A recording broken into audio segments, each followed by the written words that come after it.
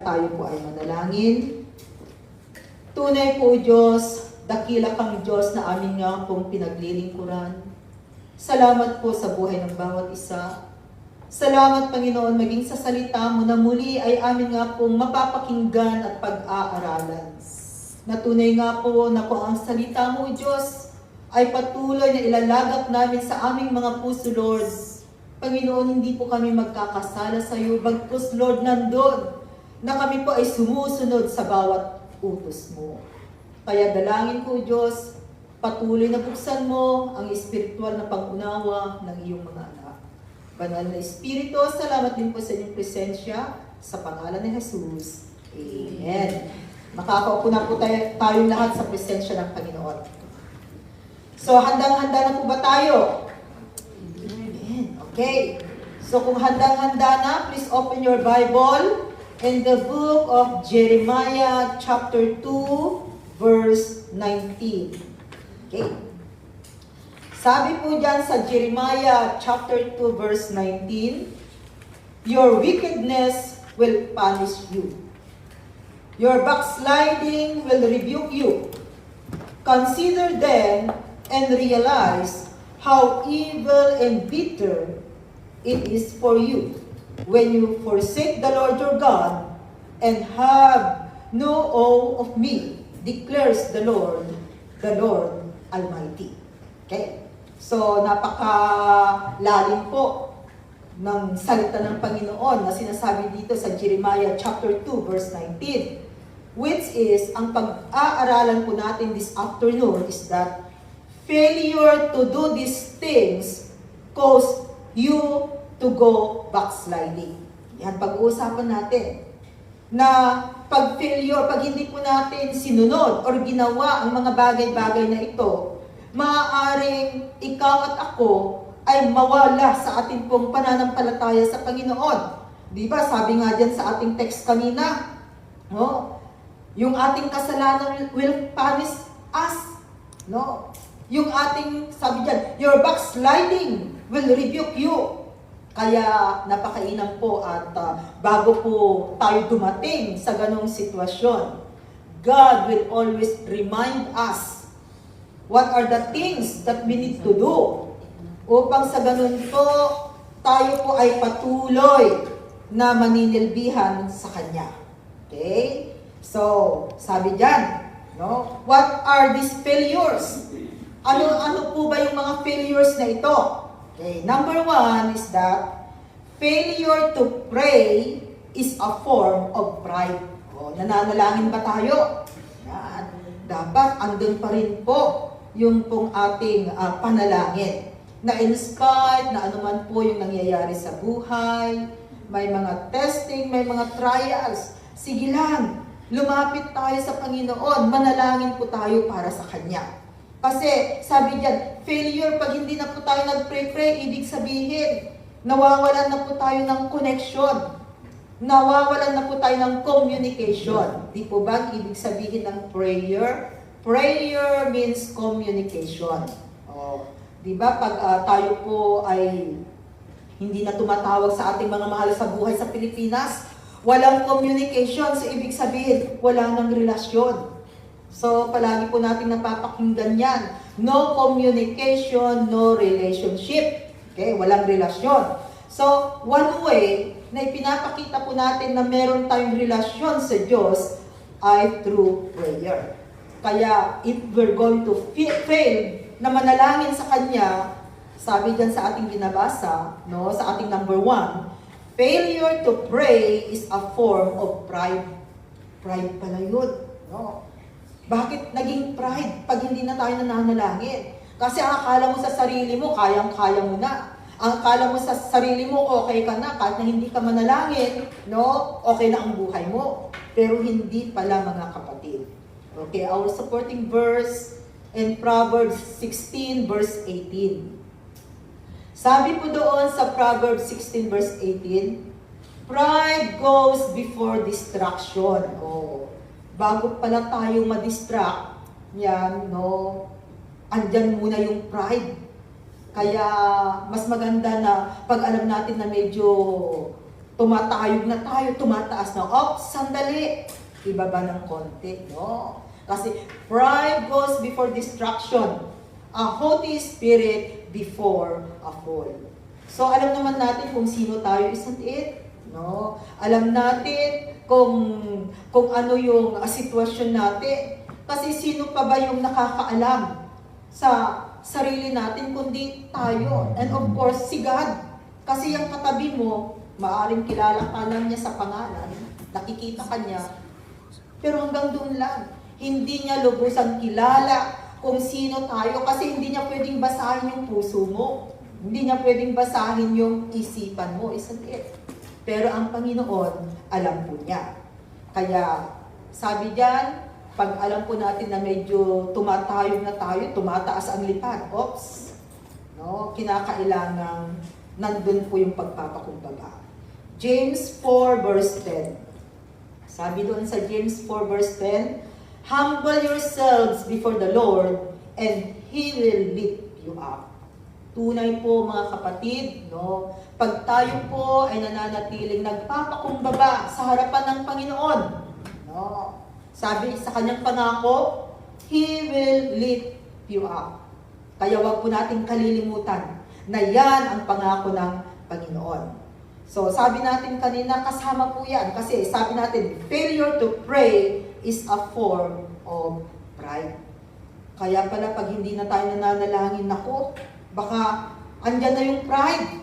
Kaya ingat po tayo mga kapatid. Okay, number 2. Number 2 is that failure to read the Bible. Nagbabasa po ba tayo ng Bible natin? O tuwing day off na lang? Sana hindi po ganon. Kasi alam po natin na mahalaga ang kanyang salita. Okay.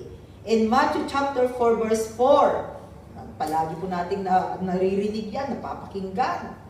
Nang sabi ng ating Panginoong Jesus, Jesus answered, it is written, man does not live on bread alone, but on every word that comes from the mouth of God.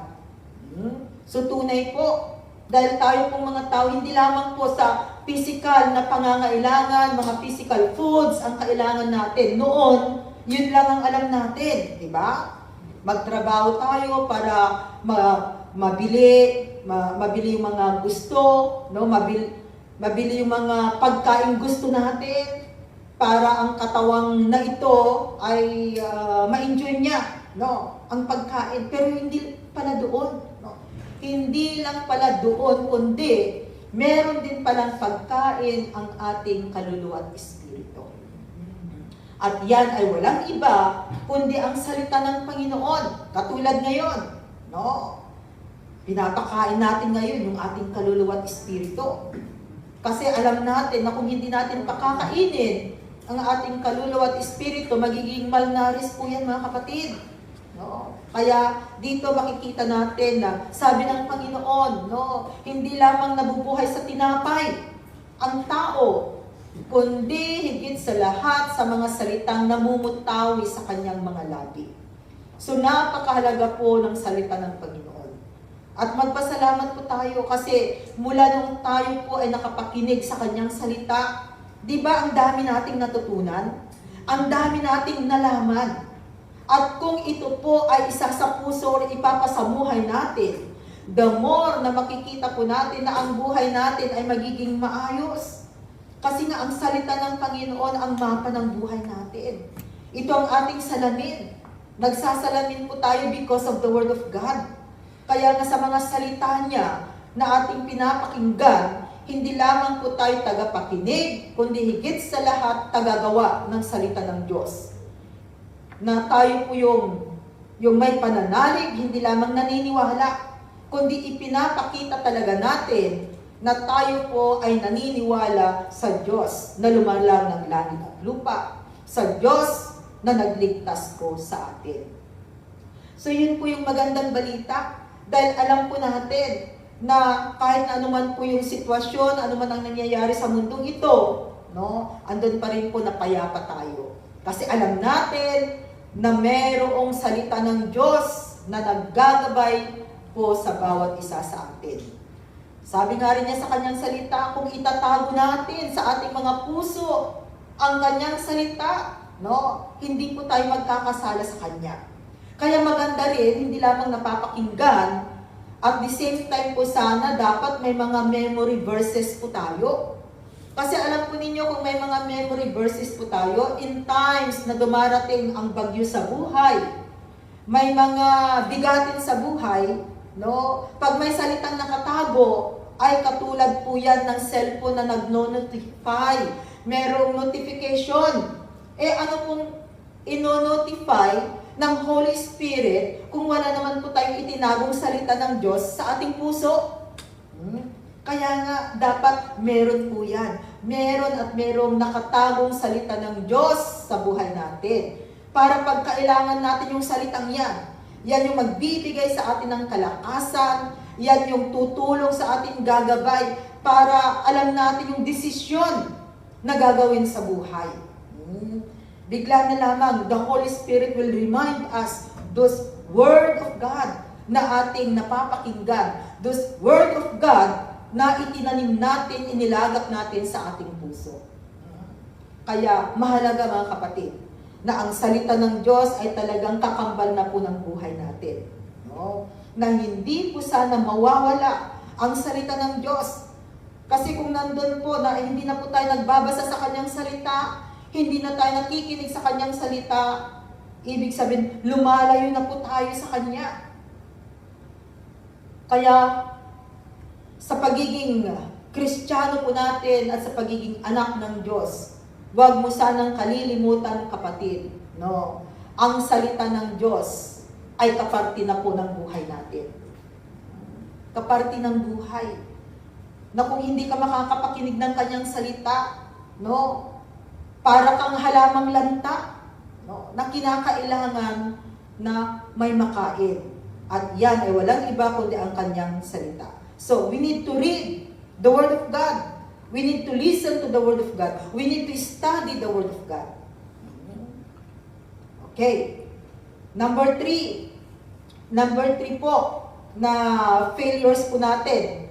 Kung sabi diyan sa number 3 natin is that, failure to attend church. Ay, kailangan pala na dumadalo tayo sa gawain ng Panginoon. Kaya kung meron pong pagkakataon, pag-araw ng day off natin, mas pipiliin po sana nating dumalo sa kanyang gawain. Katulad po ngayong Monday na ito yung ibinigay ni Lord as our Sabbath day. No? Buti nga po sa inyo, weekdays, half day lang kayo. Ang Saturday and Sunday, full day. No? Pwede rin naman po kayong mag-full day kasi in the morning, meron po tayong jail ministry. You can attend our jail ministry. Kasi yun baling parang service na in the morning. No? And then in the afternoon, nandun po sana na andun yung desire natin na dumalo sa gawain ng Panginoon. Remember, this is one way. Isa po sa command ng Panginoon, di ba? Nasabi niya doon, 6 na araw tayo magtrabaho, pero sa ika-7 araw, no, maglingkod tayo sa Kanya. And this is our Sabbath day, our rest day na kinakailangang ibigay sa Panginoon. Buti nga hindi po 24 hours ang sinabi ni Lord, no, na talagang iaalay natin. Kung tutuusin, ilang oras lang po tayong pupunta sa kanyang tahanan. Kaya, lalong-lalo na po pag sinabing ang service ay start siya ng 2 to 4, sana po bago mag-umpisa naman yung service, andito tayo. Bakit? Ayan. Kasi may mga gagawin pa, di ba? O, makakasama ka sa practice. Kung ikaw yung gagamitin ng Panginoon, nandun na you are willing na magpagamit sa Panginoon. Sabihin mo nga dyan sa katabi mo, pag day off mo, dapat on time tayo. Amen. Yes. Maganda po yun na on time po tayo. No, mapalad po kayong mga weekdays kasi alam po ninyo, pwede po kayong gamitin ng Panginoon. Alam po ninyo, pag Saturday and Sunday, especially Sunday, sa dinami-dami po, hindi na pwedeng magamit. Sa inyo is minsan double purpose pa, di ba? Doble pa yung ginagawa ng isa sa inyo. pwedeng mag-MC at the same time naglilid ng praise and worship. Yan. Marami pa po tayong dapat gawin. Kaya mga kapatid, andun po sana, no? Na nandun na nga lang at tayo ay maglilingkod sa Panginoon, tayo ay pupunta sa Kanyang tahanan. Andun po sana yung willingness po natin na magpagamit. Amen po ba? Amen. Okay. And Hebrews 10 verse 25, sabi po doon, Hebrews 10 verse 25. Yan. Sabi niya, let us not give up meeting together, as some are in the habit of doing, but let us encourage one another, and all the more as you see the day approaching.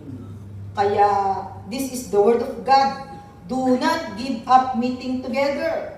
No. Fellowshipping with one another ay napakahalaga po mga kapatid. No. Yung bawat isa sa atin, no, sana hindi po tayo magsawa sa mukha ng ating katabi.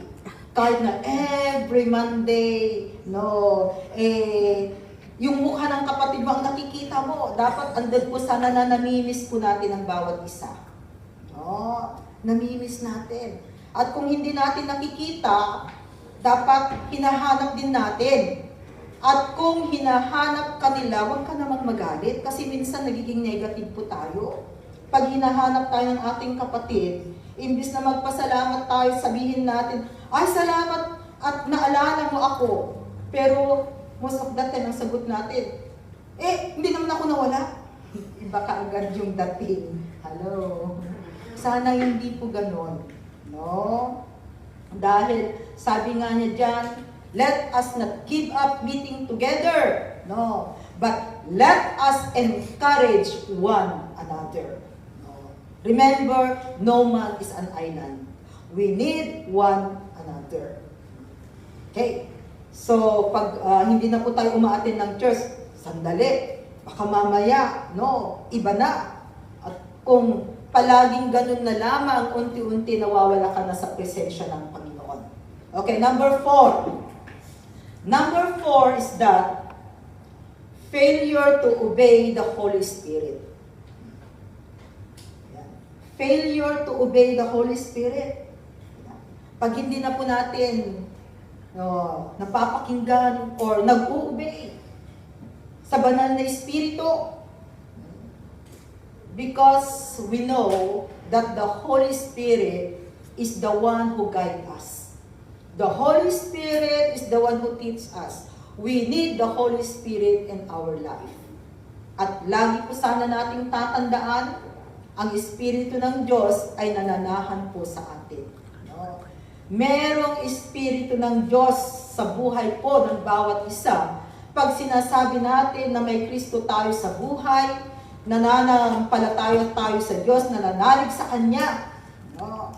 Dahil ang Espiritu ng Diyos po ang nagpapatunay na meron po tayong connection sa Panginoon, sa Diyos. Okay? Sabi niya sa Ephesians 4 verse 30, Ephesians 4 verse 30, and do not grieve the Holy Spirit of God, with whom you were sealed for the day of redemption. Kaya, alam po ninyo, ang Holy Spirit, nagre-grieve din yan. Paano po nagre-grieve yung Holy Spirit? Pag nandun na po na tayo po ay nagiging pasaway na sa Panginoon, pag hindi na po natin sinusunod ang kanyang mga utos, pag lumalayo na po tayo sa presensya ng Panginoon, pag ang Holy Spirit ay inilalagay na lang natin sa box, imbis na we're going to allow the Holy Spirit na siya ang kumilos sa buhay natin, pero hindi na, kundi yung will mo na ang iyong sinusunod. So sana po, hindi po tayo ganun. No? Kaya it's good because the Word of God will always remind us. Kasi hindi po nais ng Panginoon na mawala ang bawat isa sa atin. Kundi ang nais po niya, kung ano po yung sinimulan natin, dapat tapusin po natin yan. Kaya kung sinasabi natin tayo ay nananalig sa Panginoon, nananampalataya sa Kanya, anuman ang nangyayari sa buhay, kapit lamang po sa Panginoon. Nung nag-decide po tayo na isinali natin ang Diyos sa buhay natin. No? Ibig sabihin, hanggang sa huling hininga po sana ng buhay natin, kasali ang Diyos sa buhay natin. Kasi wala tayong magagawa. Wala po tayong magagawa kung walang Diyos sa buhay. Saan tayo pupulutin? Katulad tayo ng isang sangang putol. Alam natin na pagputol ang sanga, ang nangyayari, natutuyo siya. Dahil hindi na siya konektado doon sa puno. So sana po hindi po maging ganoon ang bawat isa sa atin. Na nandun pa rin po na patuloy, no, na isinasama si Jesus sa buhay. Okay? John 14 verse 26, sabi po sa kanyang salita, John 14 verse 26. But the counselor, counselor, pag sinabi pong counselor, ayan, gagabayan niya tayo. Pag kailangan natin ng tamang desisyon, ika-counsel niya tayo. No? Sasabihan niya tayo kung ano yung gagawin natin. But the counselor, the Holy Spirit, whom the Father will send in my name, will teach you all things. Will teach you all things. Ibig sabihin, tuturuan po tayo sa lahat ng bagay. Hindi po sinabing some things, kundi all, sa lahat po ng bagay, sabi diyan. And will remind you of everything. Ipapaalala po sa atin, lahat-lahat, sabi niya diyan, of everything I have said to you. So, nandyan po ang Holy Spirit na nagpapaalala. So without the Holy Spirit, kapatid, na nagpaalala sa atin, na ngayon ay Monday, day off natin, baka hindi tayo nakarating sa kanyang tahanan. Mabuti na lamang po nandyan po ang banal na Espiritu na nagpa-remind. Na sabi, oy, Monday ngayon, di ba, day off mo? O, dapat pumunta ka sa aking tahanan, which is good. Dahil yung mga paangyan, tama ang kanyang pinuntahan. Hello? Oh. Hindi po tayo dinala ng ating mga paa sa maling lugar, kundi sa tamang lugar. Dahil dito makikita po natin, no? Because of the Holy Spirit, sabi niya, will remind you of everything I have said to you. Kaya, kung tutuusin po, hindi lang naman tayo tinawag ni Lord, kundi nandun na po, na ibinigay na po niya sa atin lahat ng pangangailangan, lahat ng dapat gamitin. Ang gagawin na lamang po natin ay to go on, no? Nandun po na sumunod sa Panginoon. Pero minsan, yung pagsunod natin, mahirap pa rin, isang tiit. Kasi, lalo na pag gusto pa rin natin yung sarili natin ang nasusunod. Kasi minsan, nandyan talaga yung self-will pa rin. Ito yung talagang napakalaki pong kalaban natin sa buhay. Yung sarili natin. Yung pagiging self-will. Kundi dapat na sana, it's the will of God. No. Pero ang tao, pag dumarating na doon sa puntos na hindi na niya kaya, saka lamang niya sasabihin, Lord, let your will be done. Pero habang kaya pa niya, ayan, ginagawa pa niya kung ano yung gusto niya. Kaya tuloy po, hindi makakilos ang Panginoon. So, why not? Sa umpisa pa lang, Lord, ipinapasa kamay ko na sa iyo. Bahala ka ng Panginoon. No? Just direct me, Lord. Let your will be done in my life. And then, sabi natin po dyan, number 5. Okay, number 5 na tayo. Failure to confess Christ. Failure to confess Christ. Pag nakakalimutan na natin na si Jesus pala yung tinanggap natin sa buhay natin.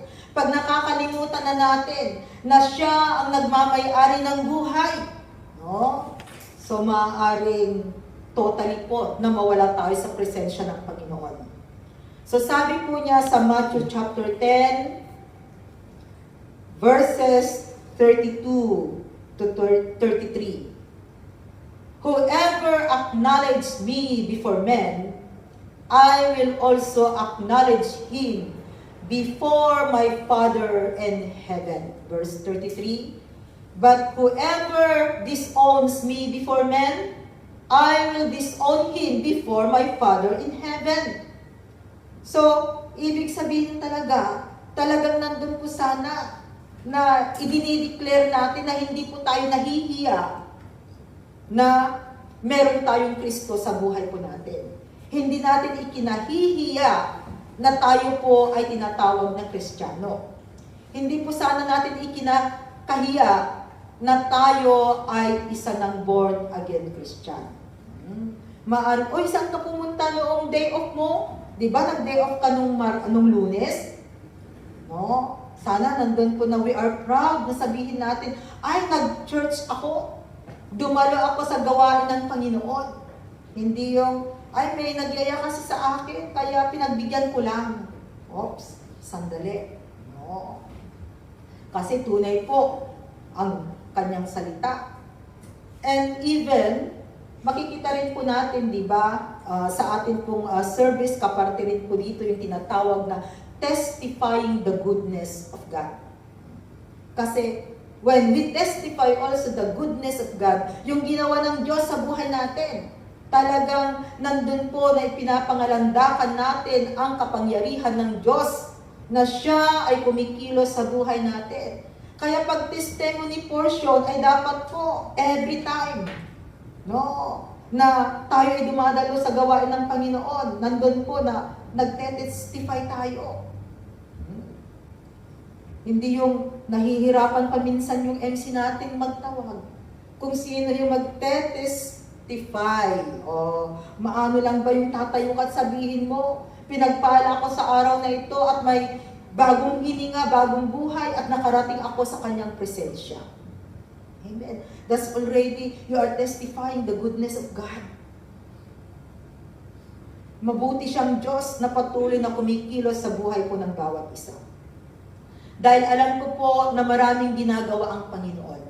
At marami pa siyang gagawin sa buhay ng bawat isa sa atin.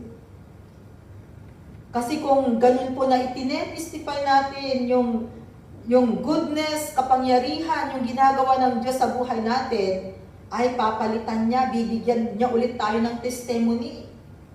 Pero kung hindi tayo nagte-testimony, no, ang ginagawa lang natin ay parang inilalagay lang sa box, no? Kaya tuloy, wala kang testimony. Pero kung titingnan po natin, every day, may ginagawa ang Diyos sa buhay po ng bawat isa sa atin. Amen. Kaya pag testimony portion, ay dapat nandun po. No? Ihanda po natin yung ating testimony. Hello? Tahimik sila. No? Amen. Yes, maganda po yun. Na talagang ipinapangalandakan natin na si Jesus, ang Diyos na kumikilos at nagmamay-ari po ng buhay natin. Okay. Number 6. Number 6 is that failure to testify the goodness of God. Ay, number 6 pala yun. Pinagsama ko. Okay lang. Praise the Lord. Ayan. Failure to testify the goodness of God. And Psalm 71, at least mas mahaba ang supporting verses nito. So tingnan po natin in Psalm 71, verses 15 to 24. Sabi niya, my mouth will tell of your righteousness. Ano po yung gamit ng bunganga natin? Yan. Sabihin ang katapatan, no, ang ginagawa ng Panginoon. My mouth will tell of your righteousness, of your salvation all day long. Though I know not its measure. Sabi dyan, walang hanggan. Next verse please. I will come and proclaim your mighty acts. O sovereign Lord, I will proclaim your righteousness, yours alone. Next verse. Since my youth, O God, you have taught me, and to this day I declare your marvelous deeds.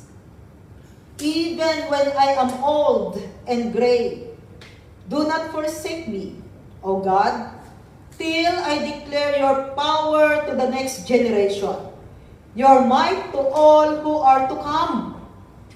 Your righteousness reaches to the skies, O God. You have done great things. Who, O God, is like you? Sino ba ang makakapantay sa Diyos na ating pinaglilingkuran? Though you have made me see troubles. O di ba nakita natin ang problema? At makikita pa. Kasi hindi lamang po yung mga troubles ngayon na kinakaharap natin ang troubles sa buhay, kundi may mga darating pa. At habang tayo ay nabubuhay, meron at merong darating. Dahil kakambal ng buhay po natin ang pagkakaroon ng troubles. Pero ang maganda po, hindi po tayo troublemaker. Iba naman kasi pag troublemaker ka na no? Kasi pag sinabing troublemaker, ay ikaw yung nag-uumpisa ng trouble, which is not good. So, though you have made me see troubles, many and bitter, you will restore my life again. Which is, ganito po ang ginagawa ni Lord. Na dumaan man tayo sa bagyo, ano man ang sitwasyon natin, no? Kahit na maging masaklap, mapait man ang buhay, pero ang pangako ng Panginoon, sabi niya, He will restore us. No? You will restore my life again. From the depths of the earth, you will again bring me up. Verse 21. I will praise you with the... Yes. You will increase my honor and comfort me once again. Ito po yung nararanasan natin. Di ba? Pag nandyan na yung problema, makikita natin kung paano po tayo gagabayan ni Lord, paano natin ma-overcome ang testing na yan. Kaya tunay po, nandyan po yung kamay ng Panginoon na kumikilos sa buhay natin. Next verse please. I will praise you with the heart for your faithfulness, O my God. Dahil ang Diyos na pinaglilingkuran po natin ay tapat. Although sometimes we become unfaithful, but still, God is faithful. Yun po yung characteristic ni Lord na hindi pwedeng mabago. Because He is a faithful God. Not like man. Tapat tayo ngayon. Pero kung hindi po natin panghahawakan yung katapatan na yan, baka bukas magiging unfaithful ka. Pero ang Diyos po ay nananatiling tapat. Sabi diyan, I will praise you with a heart for your faithfulness, O my God. I will sing praise to you with the lyre, O Holy One of Israel. Verse 23. My lips will shout for joy when I sing praise to you, I whom you have redeemed. And verse 24 sabi niya, my tongue will tell of your righteous acts all day long. For those who wanted to harm me have been put to shame and confusion. So, ang ganda po ng ginagawa ng Panginoon. Kaya nandun din po na we declare the goodness, the faithfulness of God in our life. Mula po nung tayo'y nabuhay sa mundong ito, no? Mula nung tayo nagkaisip, kahit na nung hindi pa po tayo lubusang naglilingkod sa Panginoon, di ba? May mga ginawa na ang Diyos sa buhay natin. Naramdaman na natin ang kanyang kamay mula pa noon. So, how much more ngayon? Na tayo po ay tunay na mayroon ng pananalig at pananampalataya sa Kanya. So, kung pinagpala niya tayo noon, the more pa po na pagpapalain niya ang buhay natin ngayon. So, yun po yung pagkakaiba mga kapatid. Dahil nakakilala tayo sa Kanya. So, alam natin na tunay ang salita ng Panginoon. Kaya yun po, mga kapatid, ang gagawin ng Diyos sa buhay mo, sa buhay ko. Kaya, magpatuloy po tayo. Okay, number 7. Number 7 natin. Failure to walk in the light. Pag hindi na po tayo lumalakad sa liwanag, tatalikod na po tayo, babalik sa kadiliman, wala pong mangyayari sa buhay po natin. Remember, siya po ang ilaw ng buhay natin. And 1 John 1:7, sabi po dyan, But if we walk in the light as He is in the light, we have fellowship with one another. And the blood of Jesus, His Son, purifies us from all sin. Praise the Lord. Kaya mga kapatid, kilala na natin ang ilaw, nasa buhay na po natin ang source of ilaw, at bilang mananampalataya, tayo rin po ay dapat maging ilaw sa mundong ito. Pero kung hindi na po tayo nagiging ilaw sa mundong ito, no? Ibig sabihin, tumatalikod na rin tayo sa Panginoon kasi hindi na nakikita si Kristo. Kaya dapat po manatili na makita si Kristo sa buhay ng bawat isa sa atin. Na ikaw at ako ay nasa liwanag na mga kapatid. From the kingdom of darkness, God transfer us into the kingdom of light. At ang magiging kahalintulad natin ngayon dahil nasa liwanag na tayo, no? Sa liwanag nakikita. Kung noon na nasa dilim ka, kahit na anong pinaggagawa mo noon, walang pumupuna sa iyo. Pero now that we come to know God, nasa liwanag ka na, kitang-kita, isang it. Di ba sa liwanag walang naililihim? Na ang kalintulad po natin na isang display. Ano bang ginagawa sa display?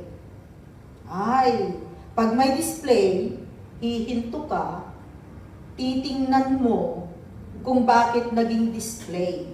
No? At hahanapin mo kung meron kang makitang negative. Hello? Diba? Yan. So kung tayo po ay nagiging display sa mundong ito, talagang papansinin ka. Hindi ka lang basta-basta iiwanan ng tao, papansinin ka nila.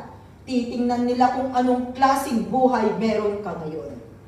So dapat nakikita po si Kristo. Para wala silang masabi, hindi nila pwedeng sabihin, oh yan, oh, parang born again daw, again na born again. Sana po hindi po ganoon ang marinig natin sa mga tao. Kundi tunay na makita po nila si Kristo na naghahari sa buhay natin. Kaya nga may pagbabago. Isn't it? Kung noon, talagang kilala ka nila sa pagiging kung sino ka man noon.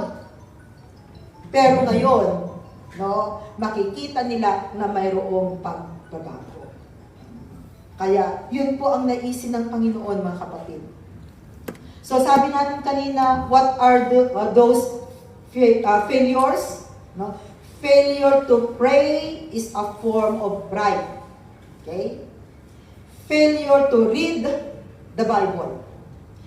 Failure to attend church. Failure to obey the Holy Spirit. Failure to confess Christ. Failure to testify the goodness of God.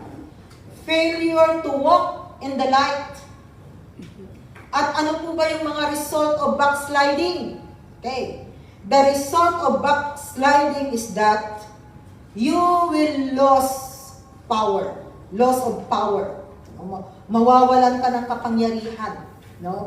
Yung kapangyarihan na ibinigay sa iyo ng Panginoon. No? Pag nag-backslide ka, mawawalan na rin po ang Espiritu ng Diyos sa iyo. So, hindi na po yung kapangyarihan ng Panginoon, kundi ibang klaseng kapangyarihan na. No? Ang mangyayari po, ang mararanasan mo ngayon sa buhay mo.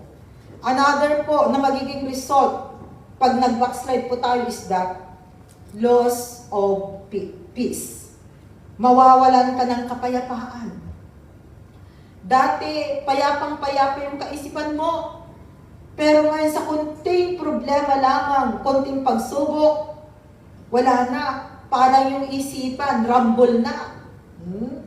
Meron nang nagbabasketball doon, naglalaro ng volleyball, ng football, kung ano-ano na. Sari-sari na hindi na po payapa yung kaisipan. Nagkakaroon na po ng loss of peace. Hindi lamang po yan. Loss of joy and happiness. Nawawala yung kagalakan. No? Hindi mo na maramdaman sa puso na mayroong kagalakan. No? Not like kung talagang tama ang connection natin kay Jesus, there is joy, isn't it? Kapaingan ninyo yung puso ninyo, nararamdaman pa ba ninyo ang joy? Pag andyan pa rin po yung joy, kapatid, tunay na andyan pa rin si Kristo. Ibig sabihin, tama pa rin ang relasyon mo sa Kanya. Hindi ka pa rin umalis sa Kanyang presensya, no? Kundi nandun pa rin, no? Okay.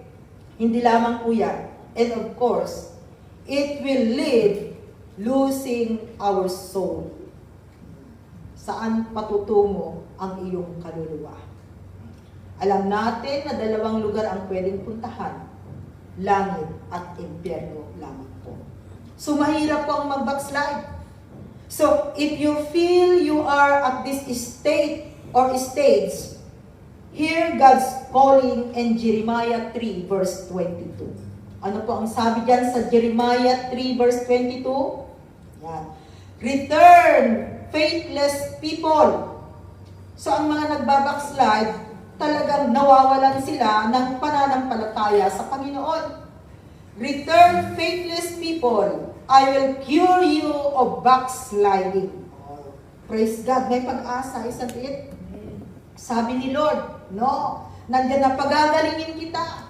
No, sa iyong pagiging backsliding. Yes, we will come to you, for you are the Lord our God. O sinagot din, no? Kaya ang sagot, yes, yes Lord. We will come to you, for you are the Lord our God. And we need also to embrace Hosea 14 verse 4.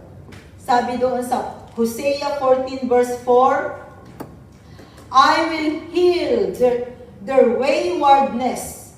Waywardness is another term of backsliding. Okay? Yung lumalayo sa Panginoon. I will heal their waywardness and love them freely. For my anger has turned away from them. Kaya purihin pa ang Panginoon dahil tunay ang Diyos na ating pinaglilingkuran. As long as na tayo po ay magpapakumbaba, lalapit po sa Kanya, nandyan ang kamay ng Panginoon na handa pong tumanggap, no, sa atin po. So, kung atin pong titingnan, no, dakila po ang Diyos na pinaglilingkuran po natin. Hindi siya nagtatanim ng sama ng loob. Kahit na iwanan natin siya, babalik ka, tatanggapin ka ng Panginoon. Pero sana po, huwag na po nating hayaan na iwanan natin siya. Kasi kung iiwanan natin, yung buhay natin, alam natin na magugulo lamang, isn't it? Alam natin na walang patutunguhan. Paano na lang kung hindi ka natutong magbalik loob sa Kanya? Saan ka ngayon hahanto? So, wag po sana natin itry, no? Na sa buhay natin ay itry na mag-backslide. Kundi nandun po, nakapit lamang po tayo sa Kanya. And our conclusion, dito po tayo magtatapos sa verse na ito, Philippians 3 verse 14. Okay. Sabi po diyan sa Philippians 3 verse 14, I press on toward the goal to win the prize, for which God has called me heavenward in Christ Jesus. So ito po sana ang palagi nating iisipin, na sa mundong ito, ang kahalintulad po natin ay isang atleta na nakikipagtakbuhan, nakikipagpaligsahan. At alam natin na kinakailangang tapusin po natin. No? Tapusin po natin. Kasi kung hindi po natin matatapos yung ating tinatahak, yung ating tinatakbo, saan tayo pupulutin? Kinakailangang tapusin. At alam natin at the end, there is something that is waiting for you and for me. May naghihintay mga kapatid. Kaya nandun po sana, nailagay natin sa ating kaisipan, I press on toward the goal. Ano yung goal natin? To win the prize. Although sa mundo, Ang mga nananalo lamang, yung tatanggap ng gold, tatanggap ng silver, ng bronze, 3 lamang. Pero sa isang mananampalataya, as long as you finish the race, kapatid, you win the prize. As long as we finish the race. Kaya ang mahalaga po, matapos natin yung ating tinatakbo, no? Makarating tayo doon sa finish line.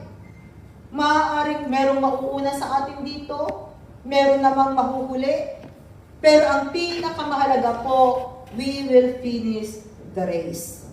Dahil kung yan po ay natapos natin, mga kapatid, tunay na makakapiling po natin ang Diyos na ating pinaglilingkuran. Kaya wag na po nating sayangin ang pagkakataon na umpisahan na natin. Kaya wala na po sanang sa kanyang paglilingkod ay ginagawang laro-laro. No? Mas magandang magpakatotoo po tayo sa ating paglilingkod sa Panginoon. Huwag nating sayangin ang pagkakataon na ibinibigay ng Panginoon. Dahil kung tutuusin po natin mga kapatid, ang nais ni Lord ay makapiling po tayo pagdating ng takdang panahon. Kaya kapatid, wala po sanang tatalikod at wala pong mang-iiwan sa Diyos. Amen. Panginoon, salamat o God sa iyong salita na minsan pa pinaalalahanan mo po kami, Panginoon, na hindi ka po nalulugod, Lord, kung kami po ay tatalikod sa aming pananampalataya sa iyo. Kaya dalangin po namin, O Diyos, hawakan mo nga po ang aming mga buhay. Tulungan mo po kami, Panginoon. Turuan mo po kami, O Lord God, upang sa ganun, Lord, anuman po ang nangyayari sa amin, sa aming buhay, Panginoon, nandun pa rin po yung desire po namin na maglingkod sa iyo ng buong puso at katapatan. Panginoon, wag mo po kaming pababayaan. Tulungan mo ang bawat isa, palaguin, patatagin sa kanila nga pong paglilingkod sa iyo. Panginoon, salamat o God, dahil alam po namin, Lord God, na kung kami po ay patuloy na nagtitiwala sa iyo, Lord, nandiyan ang iyong pangako, Panginoon, na hindi mo po kami iiwanan.